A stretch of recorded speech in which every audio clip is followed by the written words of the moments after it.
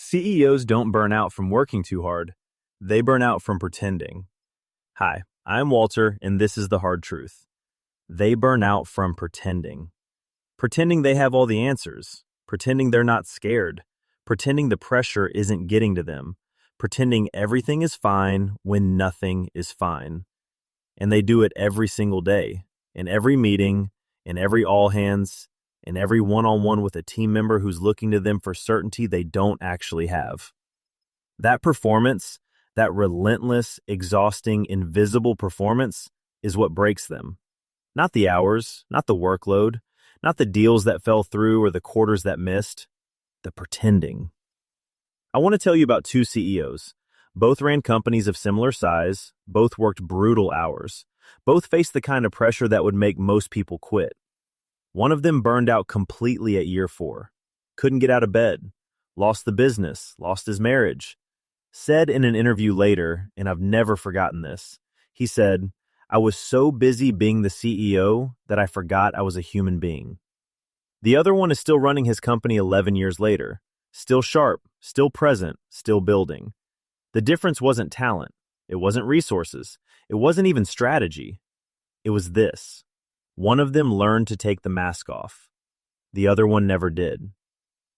Here's what nobody in the leadership space talks about honestly. The CEO role comes with an unwritten contract, and buried in the fine print of that contract is this clause. You are not allowed to not know. You are not allowed to be uncertain. You are not allowed to be human in front of the people who depend on you. And so leaders comply. They perform certainty. They perform confidence. They perform calm.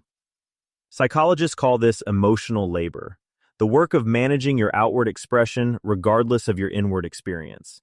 And in small doses, emotional labor is normal. It's part of every professional role. But CEOs don't do it in small doses. They do it at scale, every day, for years. And here's the brutal truth about emotional labor done at that level for that long. It doesn't just tire you out. It disconnects you from yourself. You stop knowing what you actually feel because you've spent so long performing what you're supposed to feel.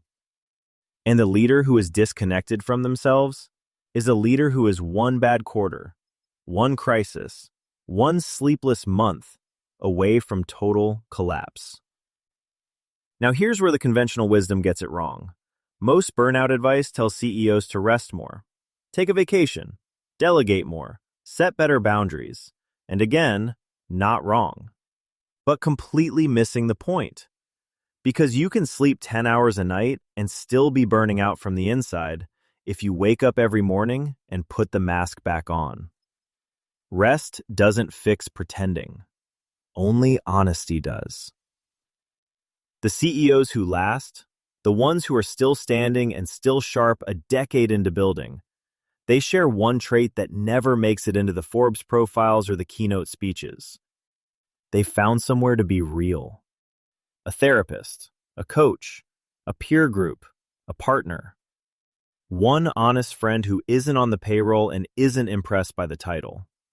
Somewhere, one place, where the performance stops and the person begins. That's not weakness. That's the most important infrastructure decision you will ever make as a leader. 3 things that will save you before you break. 1. Audit your performance. Not your company's performance, yours.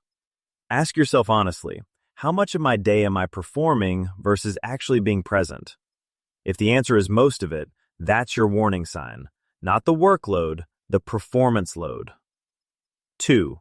Find your one honest room. Every CEO needs one space where the title doesn't matter, where you're not the answer, where you're allowed to say, I don't know, I'm scared, I got this wrong. If you don't have that room, build it. Your survival depends on it more than your next board deck does.